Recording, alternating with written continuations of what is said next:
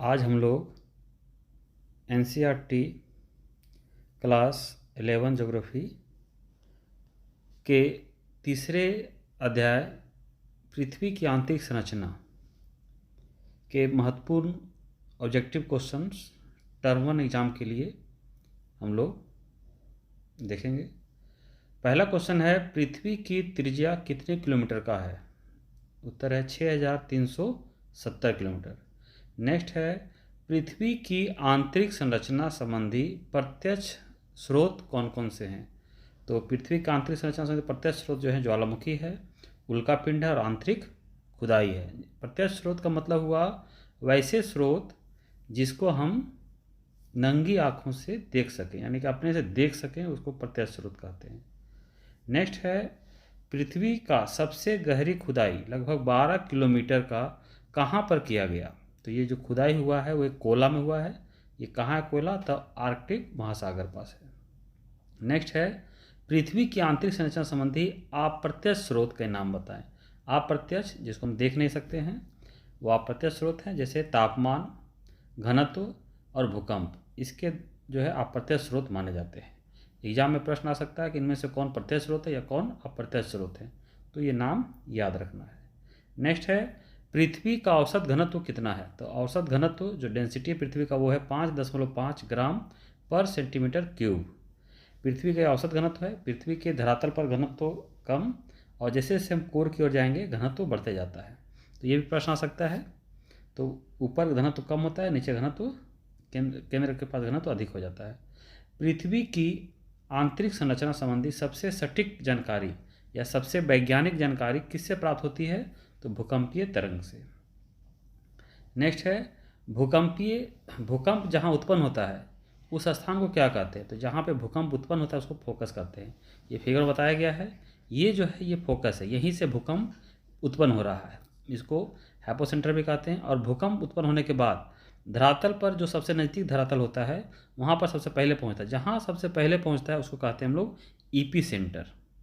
तो ये फोकस हो गया भूकंप उत्पन्न, और धरातल पर जहाँ पर सबसे पहले इसका प्रभाव पड़ता है उसको ईपी सेंटर कहते हैं। नेक्स्ट क्वेश्चन है जो पढ़े अभी हम लोग कि भूकंप धरातल पर सबसे पहले जहाँ पहुँचता है उस स्थान को क्या कहते हैं? तो अधिकेंद्र या इंग्लिश में ईपी सेंटर। भूकंप की उत्पत्ति केंद्र फोकस को और किस नाम से जाना जाता है? तो अवकेंद्र, जिसको कि हाइपोसेंटर भी कहते हैं। नेक्स्ट है, भूकंप के विज्ञान को क्या कहा जाता है? भूकंप का जो अध्ययन करते हैं उसके विज्ञान को क्या कहते हैं? तो सिस्मोलॉजी। सिस्मोलॉजी का मतलब होगा भूकंप के अध्ययन का विज्ञान। अब भूकंप को मापने के लिए किस यंत्र का प्रयोग करते हैं? तो सिस्मोग्राफ। सिस्मोग्राफ द्वारा भूकंप को मापा जाता है। नेक्स्ट है, भूकंप के तरंगे जो है कितने प्रकार के होते हैं? तो 3 प्रकार के होते हैं। पी तरंग जिसको प्राइमरी वेव कहते हैं, सबसे पहला वेव।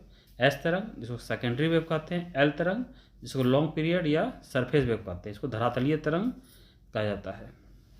नेक्स्ट है, सबसे अधिक विनाशकारी कौन सा तरंग होता है? तो कौन सा तरंग सबसे अधिक विनाशकारी होता है? तो एल तरंग या धरातलीय तरंग जो है सबसे अधिक विनाशकारी है, सबसे अधिक विनाश लाता है। नेक्स्ट है, कौन सा भूकंपीय तरंग केवल ठोस माध्यम से प्रभावित होती है? तो एस तरंग। एस तरंग जो है केवल ठोस, ध्यान रखना है, केवल ठोस पूछे एस तरंग। और कौन सा तरंग ठोस, द्रव और गैस यानी तीनों माध्यम से प्रभावित हो सकती है? तो पी तरंग।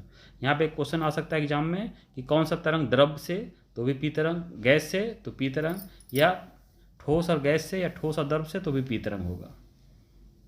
नेक्स्ट है, कौन सा भूकंपीय तरंग ध्वनि तरंग की तरह होती है? तो पी तरंग। पी तरंग जो है वह ध्वनि तरंग की तरह होती है। नेक्स्ट है, रिक्टर पैमाने पर भूकंप में 1 अंक की वृद्धि भूकंप की तीव्रता में कितनी वृद्धि होती है? तो 10 गुना वृद्धि हो जाती है। नेक्स्ट है, भूकंप से उत्पन्न होने वाला सबसे तीव्र और पहला तरंग कौन सा है? तो पी तरंग, क्योंकि इसका नाम ही है प्राइमरी वेव, सबसे पहले यही उत्पन्न होता है और सबसे तेज भी है।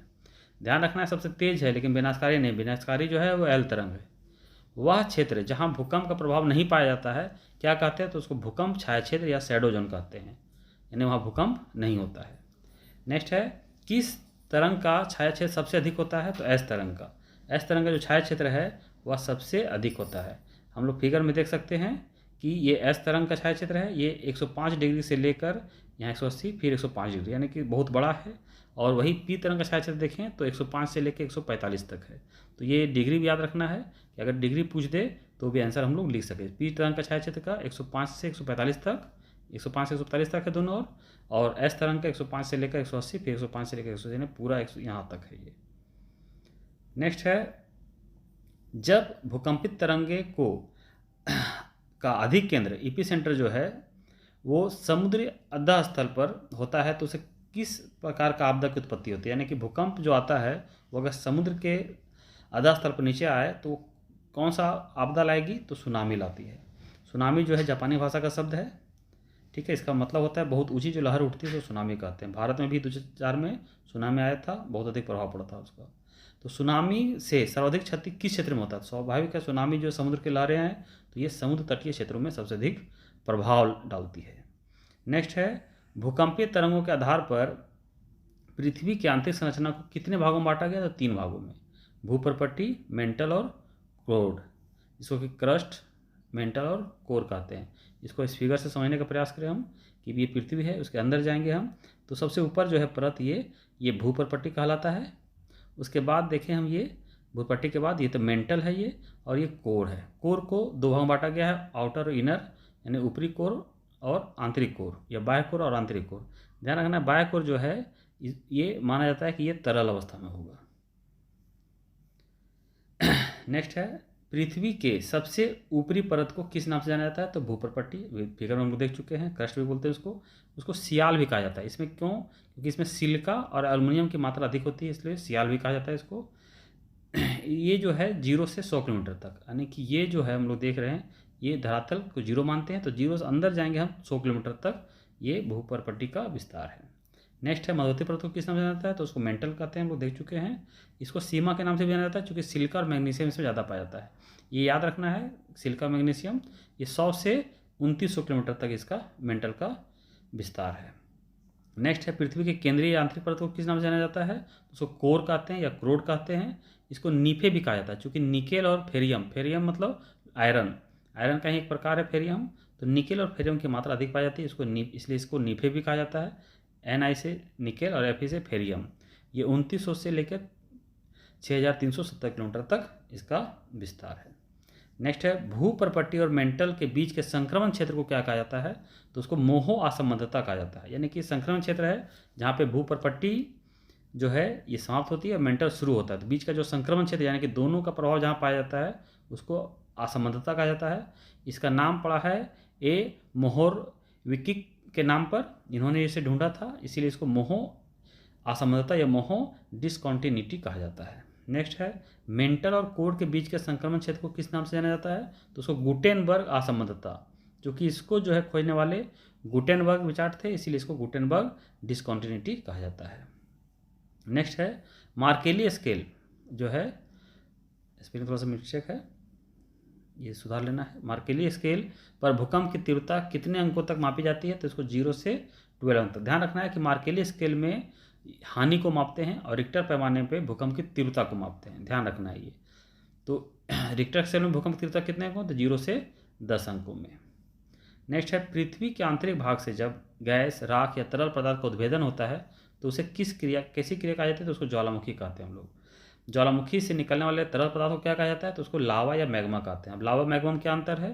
तो मैग्मा कहते हैं जब जो है जमाव जो है मेंटल के ऊपरी भाग यानी कि धरातल के नीचे, मेंटल जानते हैं भूपरपट्टी के नीचे मेंटल है, तो जब जमाव जो होगा वो मेंटल पर होगा या धरातल के नीचे होगा तो उसको कहते हैं मैग्मा, और जब धरातल के पहुँच जाएगा ऊपर तो उसको कहते हैं लावा। यानी पृथ्वी के ऊपर निकल जाएगा तो लावा और धरातल पर नज़र नहीं आएगा तो वो मैग्मा होता है।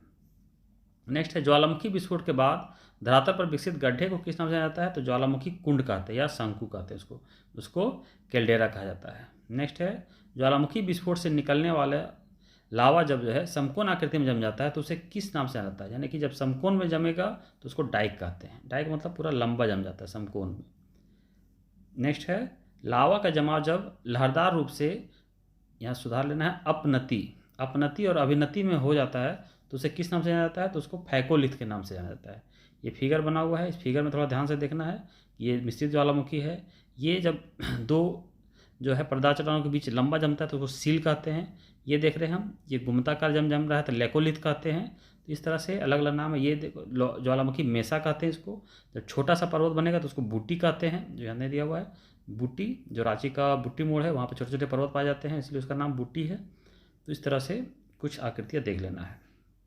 नेक्स्ट है वैसे ज्वालामुखी विस्फोट जो अक्सर होते रहता है उसे किस प्रकार का ज्वालामुखी कहा जाता है? तो उसको सक्रिय या जागृत ज्वालामुखी कहा जाता है।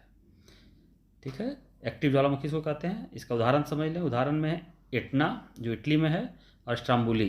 दो नाम इंपॉर्टेंट है, ये याद रखना है कि सक्रिय ज्वालामुखी एटना और स्ट्राम्बुली है। अब फिलीपींस का अगर करें तो पिनाटुबो, ये भी जो है सक्रिय ज्वालामुखी है। नेक्स्ट है वैसे ज्वालामुखी जो एक बार उद्भेदन के बाद दोबारा हुआ, भविष्य में भी इसका उद्भेदन हो सकता है या शांत भी रह सकता है, उसे किस प्रकार का ज्वालामुखी कहा जाता है? यानी कि एक बार उद्भेदन हुआ, दोबारा हुआ, फिर कभी भी हो सकता है या नहीं भी हो सकता है, तो उसको कहते हैं हम लोग प्रसुप्त ज्वालामुखी। इसके उदाहरण है इटली के विसुयस, या जापान का फ्यूजियामा, या इंडोनेशिया का क्राकोटोवा। ये बहुत ही इंपॉर्टेंट नाम है, विसुयस, फ्यूजियामा, क्राकोटोवा, ये सब क्या है? प्रसुप्त ज्वालामुखी है। तो याद रखना है कि एग्जाम में पूछ सकता है कि कौन सा जागृत ज्वालामुखी है या इनमें से कौन सा प्रसुप्त ज्वालामुखी है। नेक्स्ट है वैसे ज्वालामुखी विस्फोट जो एक बार होने के बाद दोबारा आज तक नहीं हुआ है, अभी तक नहीं हुआ है, उसको मृत या शांत ज्वालामुखी कहते हैं। जैसे ईरान का कोहो सुल्तान, या देमबंद, या म्यांमार का एक पोपा, ये सब क्या है? मृत ज्वालामुखी माना जाता है या शांत ज्वालामुखी। नेक्स्ट है भारत का एकमात्र सक्रिय ज्वालामुखी कहाँ पाया जाता है? तो ये बैरन द्वीप में पाया जाता है जो कि अंडमान निकोबार द्वीप समूह में है। नेक्स्ट जो है जो बुक में दिया हुआ क्वेश्चन उसको देख ले हम लोग कि निम्नलिखित में से कौन भूगर्भ की जानकारी के प्रत्यक्ष साधन है? तो भूगर्भ की जानकारी प्रत्यक्ष साधन जो है कौन है इनमें से? भूकंपीय तरंग हम लोग पढ़ चुके हैं, अप्रत्यक्ष हैं। ज्वालामुखी जो है ये भी अप्रत्यक्ष हैं, और पृथ्वी का चुंबक तो ये भी अप्रत्यक्ष है। तो सी इसका आंसर सही होगा, ज्वालामुखी। चूँकि ज्वालामुखी विस्फोट से जो लावा निकलता है उसको हम लोग देख सकते हैं, इसलिए ये प्रत्यक्ष साधन है। नेक्स्ट क्वेश्चन, दक्कन ट्रेप किस शैल समूह किस प्रकार के ज्वालामुखी उद्गार से बना है? यानी जावा ट्रेप जो है किस प्रकार के ज्वालामुखी उद्गार से बना है? तो ये बना है प्रवाह से, दरारी उद्भेदन हुआ और लावा का पूरा प्रवाह हुआ, जिस कारण से दक्कन ट्रेप बना है, यानी कि प्रायद्वीपीय भारत जो है इसका निर्माण हुआ है। नेक्स्ट है निम्न में से कौन सा स्थल मंडल लिथोस्फीयर को वर्णित करता है? यानी कि स्थल मंडल का विस्तार कहाँ कहाँ है? तो ये है भूपटल और ऊपरी मेंटल, दोनों को मिला के उसको स्थल मंडल कहा जाता है। नेक्स्ट है निम्न में भूकंप तरंग चट्टानों में संकुचन और फैलाव लाती है। तो पी तरंग जो है वो चट्टानों में संकुचन और फैलाव लाती है। इस प्रकार से ये टॉपिक कंप्लीट हुआ। सभी लोग इसको ध्यान से नोट कर लेंगे कॉपी में। एग्ज़ाम का डेट आ चुका है, ये एग्ज़ाम के लिए बहुत ही इम्पोर्टेंट है। धन्यवाद।